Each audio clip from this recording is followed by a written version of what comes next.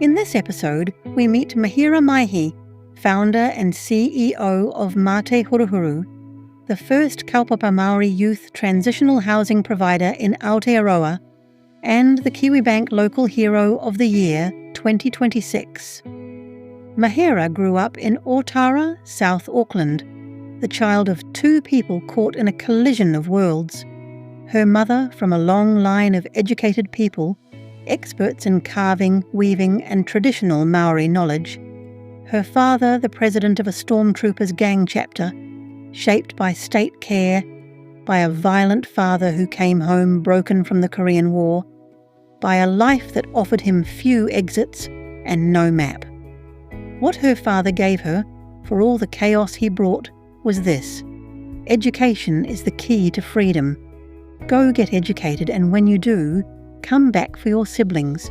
She did exactly that. In this episode, Mahera talks about the night a young woman arrived at her door with blood on her face and nowhere to go, and what happened next. She talks about 2 years of bureaucratic combat to become a housing provider, a circular trap where each ministry required what only the other could give, and what it took to break the deadlock. And she talks about the deepest aspiration, to be the bridge that brings young people home. More information on this interview can be found in the episode description. And don't forget to subscribe to the Cha Hub podcast, wherever you get your podcasts from.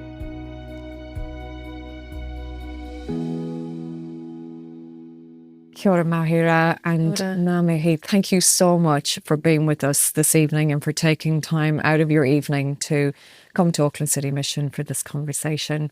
I'm really excited about it. I know we've done work together over the years, and I'm really looking forward to talking to you this evening. So maybe if we start with a little bit of your background, if you can tell us a bit about yourself, your background and what brought you to this mahi. Well, kia ora, Amanda, ko Mahera Maihi tōku ingoa, he uri tēnei no te tautokirau, no ngā pahi, no ngā te whātua.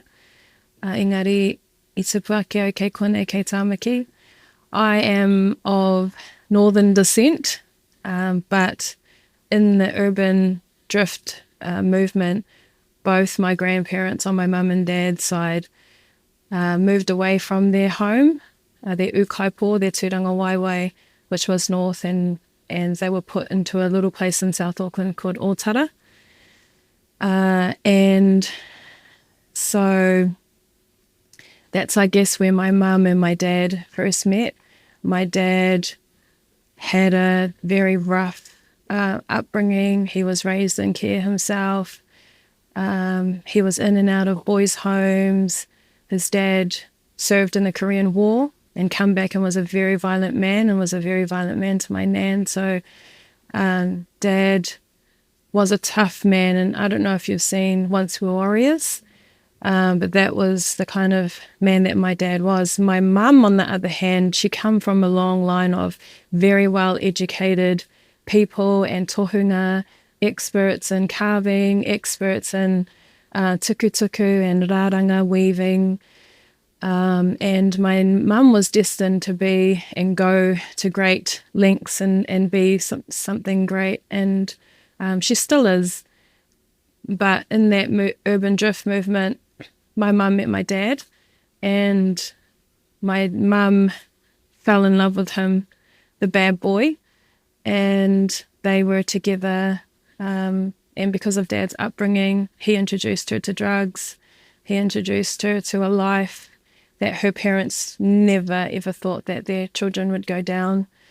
And my mum was a very beautiful woman. My dad did everything he could to keep her there, using whatever means he could, alcohol, drugs. And my mum got very addicted very quickly to that life and lived the life. So Dad was in gangs. He was the president of a chapter of the Stormtrooper gang in Ōtara. He had members of his gang who followed him and listened to him, and that was our life, was living with his friends, and I still remember the smell of leather, the leather vests, and alcohol and marijuana growing up. Dad he's a hustler, so he'd find ways to make money, and he'd do whatever he had to do that. So some days we'd have all the money and we'd have a really nice day, and then other days he'd lose it all and would have nothing, and people were walking out, repo men walking out with our furniture, and we were left with bread crates and milk crates to sit on for furniture. And yeah, those are very early memories that I have. Mum being on the benefit and having to take all of us children in with her, and just being treated very just ignored, invisible, and having to see my mum beg for help. There was a lot of violence in our house. My dad was a very jealous man. He fought a lot. They fought a lot. And when there was no money or no drugs, they fought for that as well. So we were exposed to severe and extreme domestic violence, blood, holes in walls. Police sirens were just a normal sound to us growing up. Strange people coming in to pick us up. Having to live in women's refuges multiple times, in drug rehabs. We lived in St. Vincent de Paul rehabs and homes. Odyssey House, we lived there as well. I lived there twice when I was a child, went to school, did some schooling, I remember, there. And but very early on, I was very blessed that I could recognize patterns and behaviors of people and of adults. And I recognized behaviors in my parents. I'd know when the time was coming, and I'd know that Dad would get angry, he'd beat Mum, the police would be called, we'd get uplifted, we'd get put into women's refuges, and then that same night Dad would be at the bottom of the stairs waiting for us in a stolen car, and Mum and all of us kids will be running, escaping help down the stairs and into that car and back home to where it just happens all over again. And I remember telling that story to my sister of the moment that I knew that this was a cycle, when my mum and dad fought and my sister screamed. She shook me, and my older sister, and she said, "Why don't you care? Why don't you call the police?" And I remember saying to her, "Why? Because they're just going to get back together again anyway." And I was about 9 when I said that to my sister, but last year I was talking to one of my older cousins, and she said, "Hey, do you remember this time, this moment?" She described the moment, and she said, "Do you remember what you said?" I said, "Yeah, I did." And she said, "Do you remember how old you were?" I said, 9. She says, "No, you were 5. So from a very young age, I was able to recognize safety or fear and behaviors in people. So that was my memories. Very transient. Went to multiple primary schools. Never stayed in one place at one time. Wasn't able to finish anything because we were moving. Played sports but couldn't commit. Did studies, couldn't finish. Just all these things that happened in my life transferred into my adulthood, and I knew that wasn't right, and I knew how to use my voice. So I said to my dad, "Dad, why do we live like this? Why do you choose to do this? Why are our cousins living different to us?" And he said, "Bobby, I'm stuck and I can't get out. But you can, and education is the key to freedom. Go get educated, and when you do, come back for your siblings." So I did. I poured myself into education, was a good student, I was obedient, and teacher's pet, nearly every class, straight A student.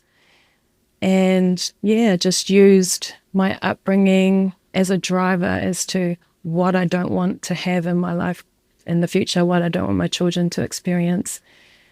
First in my family to graduate with a degree, first to get my full driver's license, first to buy a car, first to buy a home at 24 years old as well, first to open a business. And the drive for me is just not wanting to struggle like we had to struggle back then. And for all of those reasons, this is why I opened and created Te Huruhuru as a place for people, young people, Māori people, girls, tāne, whoever have experienced what I've experienced, to find a safe place where they can belong, where they can see themselves, where they can be safe, where they can learn some things, get some education, and change the trajectory of their future. Thank you, Mahera. Wow, ngā mihi. Thank you for your openness and your courage and for sharing your story with us today. I just really want to acknowledge you. And just, I can hear the sheer drive and determination from you and how you used that to help shape your future. So I really just want to thank you. I want to pause for a minute because I want to make sure you're okay. And I know that was a lot to share. And thank you. Thank you. Yeah. No, I'm fine. We can carry on. Okay. So can you tell us a bit about the work that you do at Te Huruhuru? I know you're a relatively young organisation. I remember when you started. So could you tell us a little bit about the services that you provide, the people that you serve, the young people that you serve, and your hopes and aspirations for the future? The name Te Huruhuru first came to me in a vision, and I saw a little bird jumping across 4 different po, and every time it jumped to the next po, the bird's feathers grew and the colours grew, and they got bigger and wider and more vibrant and more colourful until it finally left the last po and it opened its wings, and I saw all its glory and all its colour, and it soared out into the sky, and I could see the sun shining so brightly behind it. And to me, I could see and hear the whakatauki Te Huruhuru ka rere te manu. With adorned feathers, the bird will fly. So to me, the bird was the young person, the little mahera, and the feathers were going to be all of the skills that we will help them to further develop so that they can be whatever bird they want to be, whatever colour they want them to be, and they can fly out into the world and be contributing members of their whānau, their hapu and their iwi. So the whakatauki was there, the vision was there. At that time, when I was about to release that name, Te Huruhuru, it was, the word huruhuru was quite controversial because huruhuru in other contexts could also mean pubic hair. And so I thought, I don't want to be known as with pubic hair the bird can fly. Maybe I need to change this word. And there are many different words to describe feathers as well. Kahukura is another. Mate kahukura, ka rere te manu. That sounds nice. But I thought, no, you know what? I'm going to change the narrative. I'm going to be bold, I'm going to be courageous, and I'm going to change the way that we see the word huruhuru. And I did. And I registered it. And I've never looked back. And I think it's safe to say we know that huruhuru now means to adorn with feathers. We opened on December the 8th, 2020. Originally, it was just providing an opportunity for my family, my siblings, my cousins to find work, to get driver's licenses, to get off the benefit system. We come from generational dependency on the benefit. We come from low household incomes. And I knew that poverty was the gateway to so many of these disparities for us. So if we could get our licenses, if we could get qualifications, if we could get jobs, it really could help us and change our lives. So I did, and we were just so fabulous. We were, and people who would sign up to our kaupapa just didn't want to leave because they really felt that whānau vibe. And those are some of the values of Mā Te Huruhuru is whānau, aroha, tika, pono, manaaki. And so our name grew quickly, our outcomes were known widely. We were approached by many different funders to continue on with different programs. COVID happened as well, so we went through a shutdown. And during that time, because of the awesome work and output that we had in engaging with young people, we were given more contracts to do COVID vaccination, kaupapa, vaccination drives, which really allowed us to start hiring some of my whānau as well. So we were hiring them. We were creating these great outcomes. All of my siblings have their full license. I have 10 siblings. So it was, it just started off as a whānau kaupapa. This one young person, and I've told this story, being fortunate enough to tell the story a few times, but she was in our youth employment program. She was in care, child in care since the age of 3 months, and she had quite a rough life. She had this boyfriend. She's not with him now. He's gang related, smokes meth, makes her smoke meth. She was homeless, and she asked me if I could find her a house, and I said, we don't do housing. I can't do that. But just give me a day and I'll try find it.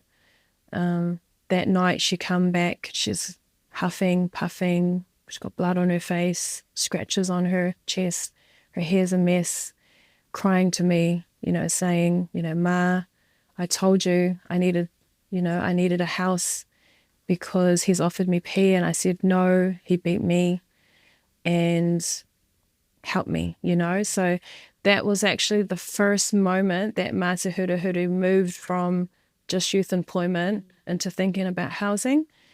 But, how are we as a new organisation, months old, going to be a housing provider? You need a miracle for something like that to happen. So I prayed to God for a miracle. Within 1 hour, the landlord of the office that we were leasing called me and he said, Ma, you've just come into my mind. I want to tell you about a little opportunity that I have that I think you might be interested in. He said that because of lockdown, I've not been able to leave the country where I would normally go to my different businesses. So it's forced me to work on this housing development property that I've been avoiding for years. I've owned it for years, never done anything with it. So I have been, and it's in Ōtara. It's 10 two-bedroom units, 20 rooms all up. It'll be in a gated community, tucked away right at the back, safe. And I just thought about you, about your vision, about your life story, your values. They align with mine, and I'm wanting, to give them to you. Is this something that you want? That to me was God saying, here's your miracle. Here's the miracle that you wanted. And I just felt like crying. And I said, Do I want them? Yes, absolutely. I want them. And I knew what I was going to do with them. I was going to save that little girl and all the little girls and boys who need, stable, safe housing. So I began that journey of finding some contracts to pay for it. I had the houses, I had the landlord, I just needed the contracts, and that's where I met Bea. I reached out to her. I found her number. Actually, I had to Google her in LifeWise, found her number and rang her. And, two phone rings, she answers. And her voice on the other side was very warm, and I thought, okay, I'm already feeling the wairua here. I'm already feeling the connection. And I said to Bea, you don't know me. My name is Mahera. I have been fortunate enough to be offered some housing, and I want to do kaupapa Māori youth housing. Can you help me? And Bea said, I will be there tomorrow. And she was. Her and Brooke Turner come to the office. They heard all about my vision, what I wanted to do. They were very, at that point, I think they were just sussing me out and sussing my team out. And, we didn't have food back then either, so we had to offer them these little bags of Maltesers, which they humbly accepted. And Bea said, let's go have a look at the whare. So we took them to the whare. They were still in scaffolding at that time, but I told them, this is my vision, this is what I want to do. And they really felt it. They could see the vision. They also have a wealth of knowledge and expertise for me to pull on, advice, guidance. And they said, Mahera, we love this. We want to help you. We're going to do everything that we can so that you can get a contract to deliver youth housing here. And they did. And it took us a while. It took us 2 years to work through bureaucracy, red tape, meeting the right people at the wrong time, or going to the wrong door or the right door but not the right moment. And it was quite overwhelming, and it was hard, it was tough. Even with all of that support, the pressure of all of these components who were people, the landlord, the funder, the taitamariki, members of Manaaki Rangatahi, all wanting us to do the best that we can as quickly as we can, but also me not understanding actually how much energy that took from me. And it was a real fight, not just it was a fight against the system. It was a fight against racism. It was a fight against even ourselves as Māori, to create this new pathway. And that's how I would describe it. It was new, what we were doing. And that actually was only one part of it, to open the housing. That took us 2 years. There were some system issues, ministries not talking to ministries. We had to become a housing provider, you have to have a MSD social sector accreditation. But you can't get a accreditation without an MHUD contract or some kind of contract. But you can't get an MHUD contract without a social sector accreditation.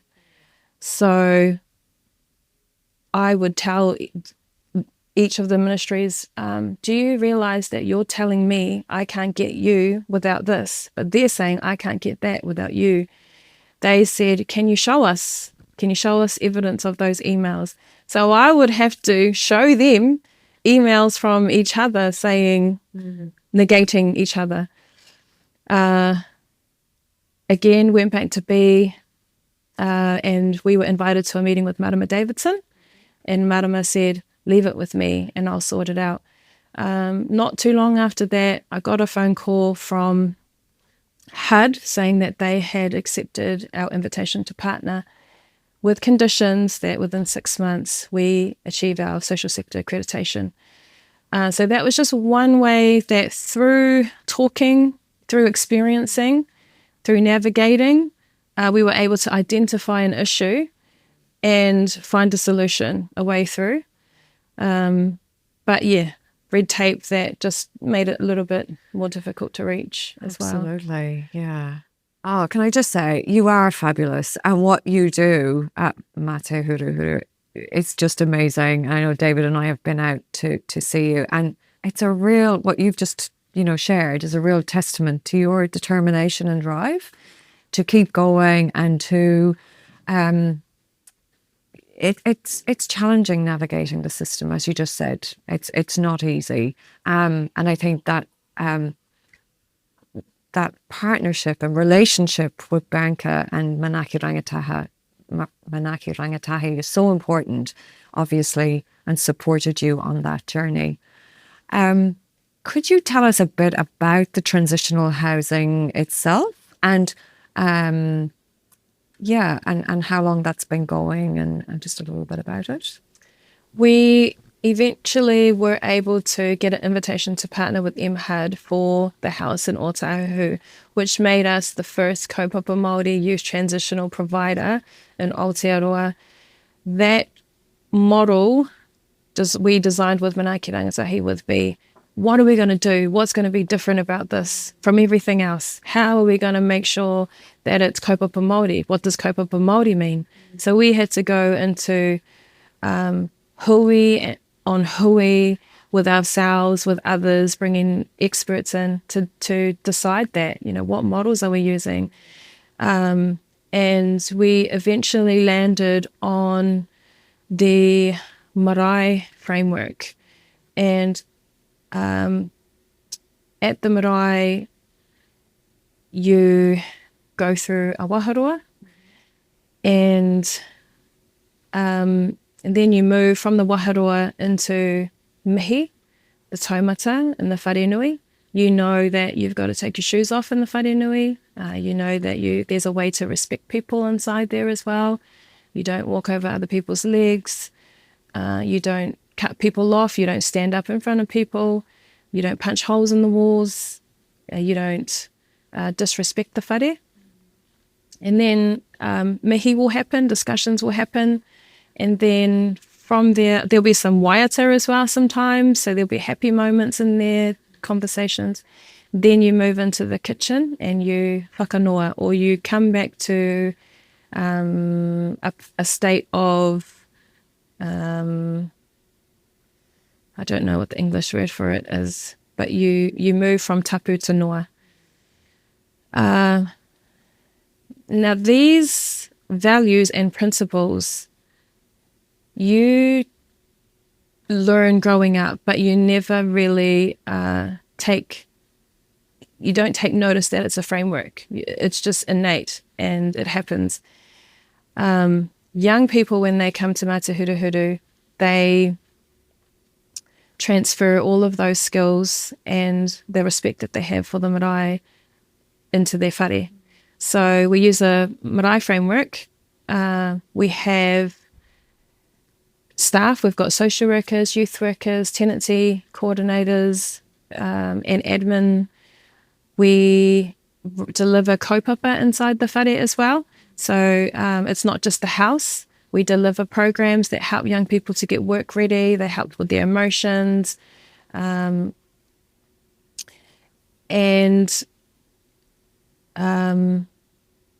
guess because of the frameworks that we've been able to develop and build, we've had 0 property damage in our whare. We've had 0 police call-outs. We've not made one claim in our SNG, MHUD SNG fund, which is probably, actually I know that it's unheard of. MHUD have told me that we are one of a kind because of the frameworks that took us so long to develop and to build there. It's a very successful model. It's for 12 months for young people between the ages of 17 and 21 who are not in relationships at the time and who don't have any children in their care. And that was intentional for us to just lower the risk a little bit, so that because we were so brand new into the housing space, so that we didn't harm anybody, and we were able to build our capacity and our capability. So that's our transitional housing. And how important are those support services and the support side of transitional housing in keeping young people housed and supporting them on their journey? Young people need more than a house, because they need to, because they still need to be taught how to understand their emotions, how to clean themselves, clean the whare, how to make money, save money. They need to know how to have respectful relationships, how to make good decisions, how to become masters of craft. There are so many, there's so much support that one needs holistically as well before they can transition into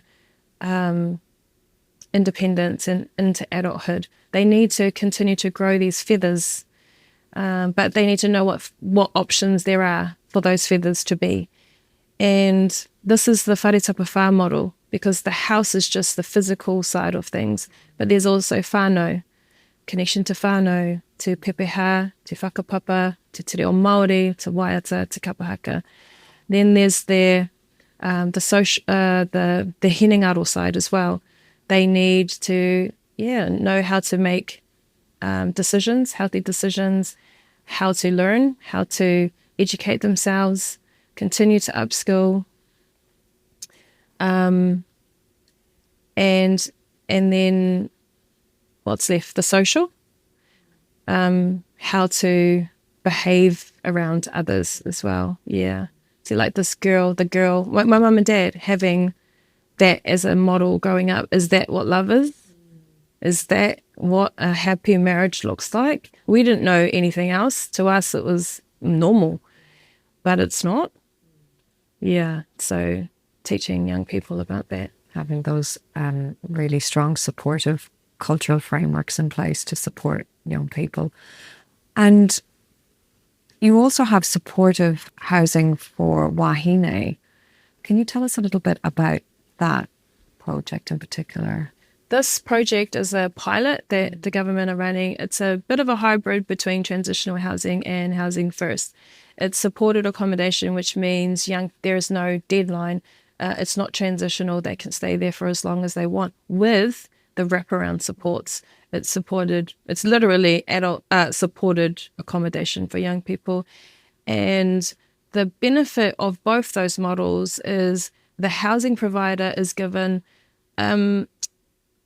good resource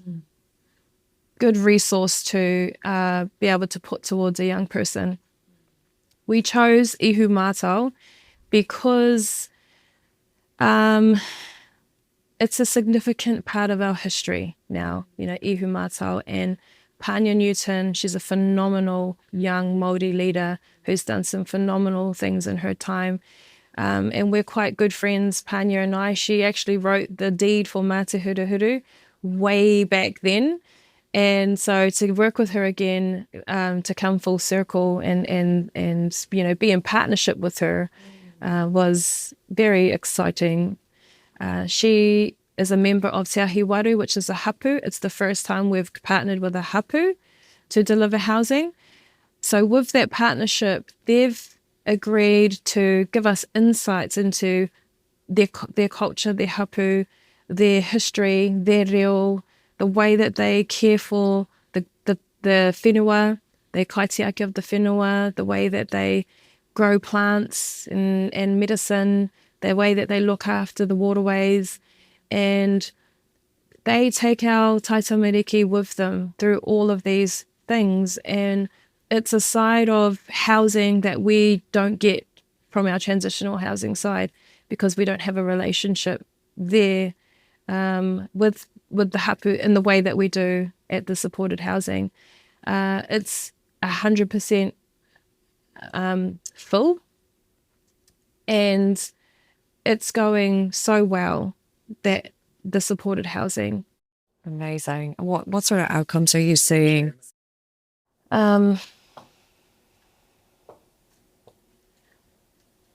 It's a very special project, our supported accommodation kaupapa, because of the partnership with Te Huruhuru, because there also is no deadline that a young person has to move out. So they are able to stay there and unpack their bags and have housing security, which brings a different side to young people as well. They're not worried about having to move or being an inconvenience or being a burden on anybody. They know that they can stay as long as they want to, for as long as we have a contract, that is. So we're getting young people who feel safe, and they are vulnerable, and they allow themselves to be vulnerable. They participate 100% into everything. They're very grateful. Also, again, because of the wānanga process, there's already buy-in from the young person. They already know what to expect inside of our whare, what we will offer and what they can get out of it as well. There's all this really good information so that they can make really informed decisions about them, their safety, their housing, and their future. They learn in our kaupapa. They learn their pepeha, they learn te reo Māori, they do waiata, they do trips out to maunga. They love singing. We've got quite a few singers there as well. So they're able to join in happily to kapahaka. They are offered jobs as well. Te Ahiwaru, the hapu, prepare our young people for any job opportunities. We've had 2 go through them and work for the hapu in a tiaki taiao environment, which is just being good custodians of the whenua out there. They go to work.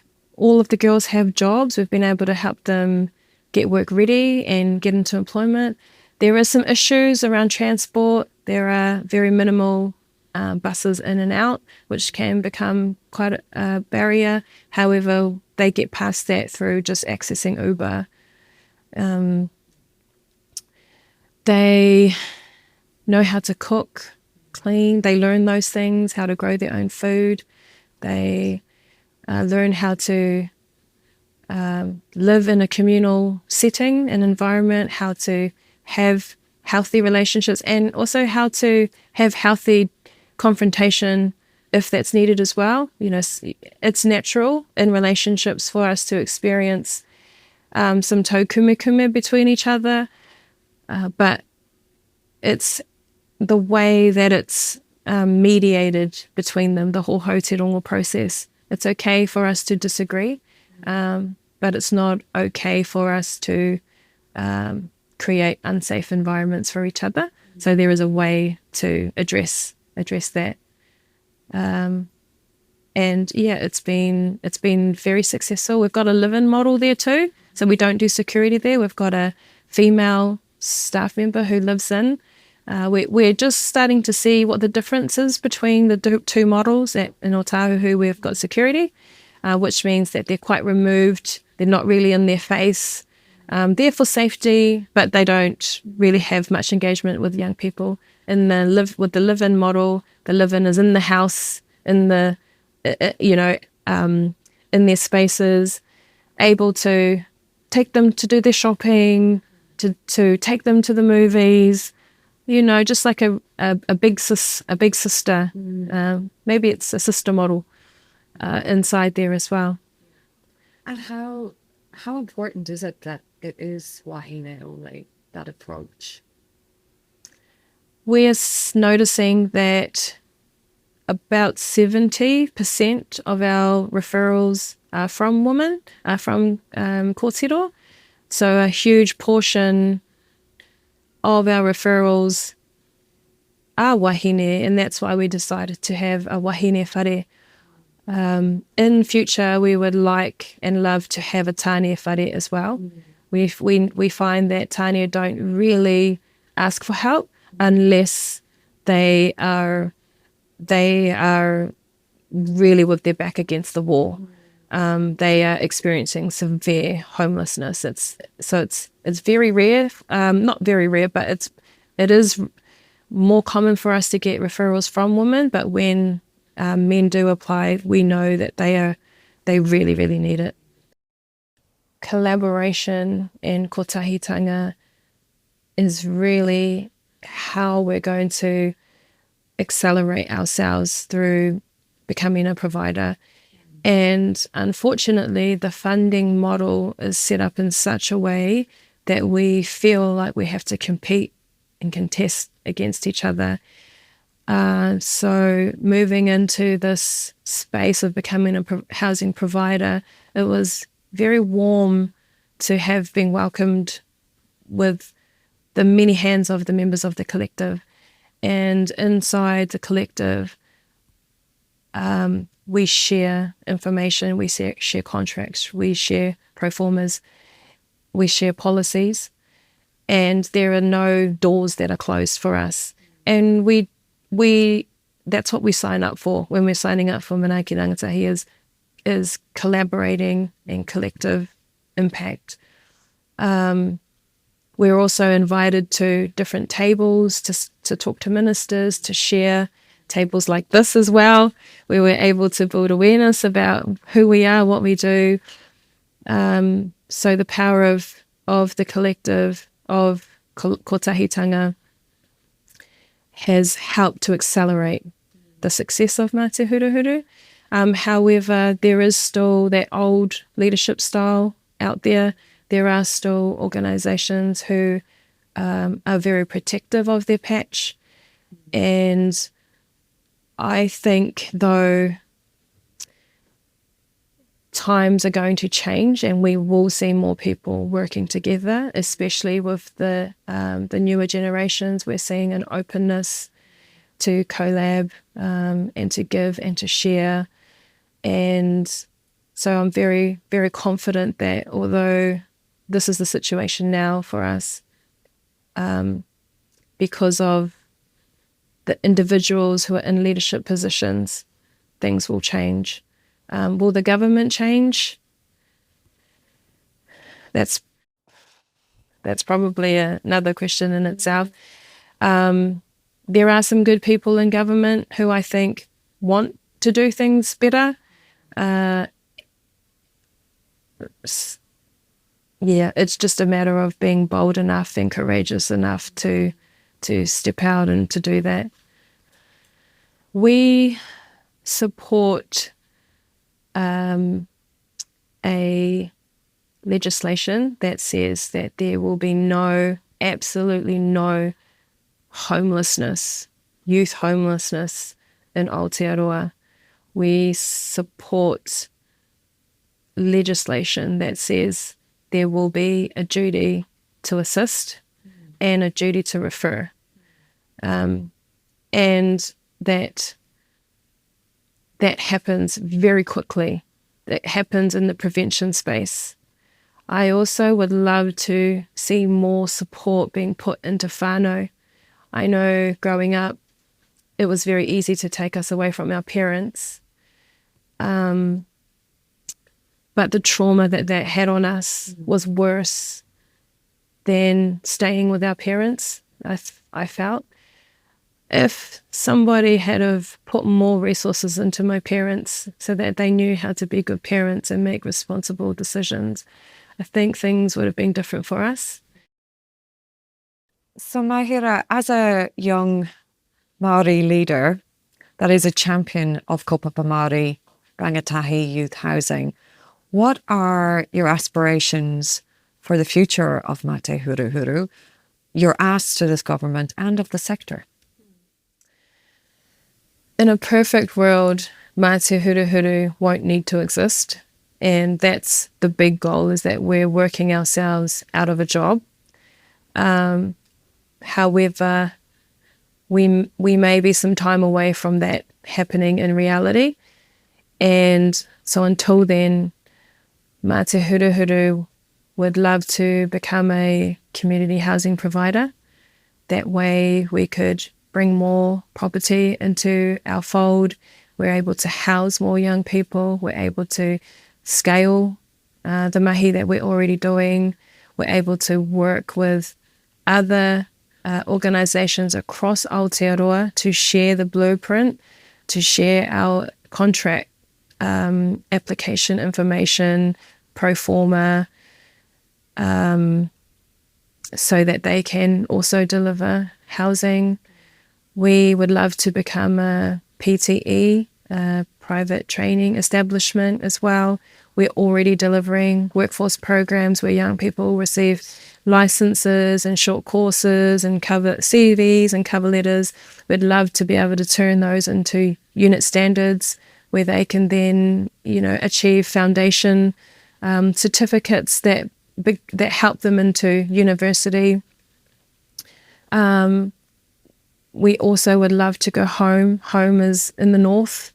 We'd love to to purchase land up north and to develop houses up north as well. Where we're bridging young people disconnected, fourth, fifth, sixth generation from that urban drift movement, disconnected from their tūranga waiwai up north, living in Tāmaki. We'd love to bridge them, become a bridge so that they can go home. And you're already on the journey, aren't you? You're becoming a chip. We are. We're working with Cha, who will help us to navigate, a different part of the system. It's already a challenge for us because we are a small charitable trust. Financial feasibility is going to be a hard part for us, but working with the experts, people in Cha, they will mentor us and they will provide support to help us to get over the line and also open doors with the relationships that they have as well. So partnering with Cha is going to be a big help for us to achieve our chip status. And we're looking forward to working with you, Mahera, more. And I love your aspirations. And I absolutely believe you're going to achieve every single one of them because you have achieved so much in such a short space of time since 2020, December 8th, 2020, and we're 2026 now. And I know it might feel a long time, but that is actually a relatively short time for all that you've achieved in that time. So ngā mihi to you and your team, and thank you so much for your time, for coming out this evening, for staying late, and for having this conversation with me. I feel really privileged, so thank you. Thank you, Amanda. We'd like to thank Mahera for taking the time to speak with us for this episode. More information on this interview can be found in the episode description. And don't forget to subscribe to the Cha Hub podcast, wherever you get your podcasts from.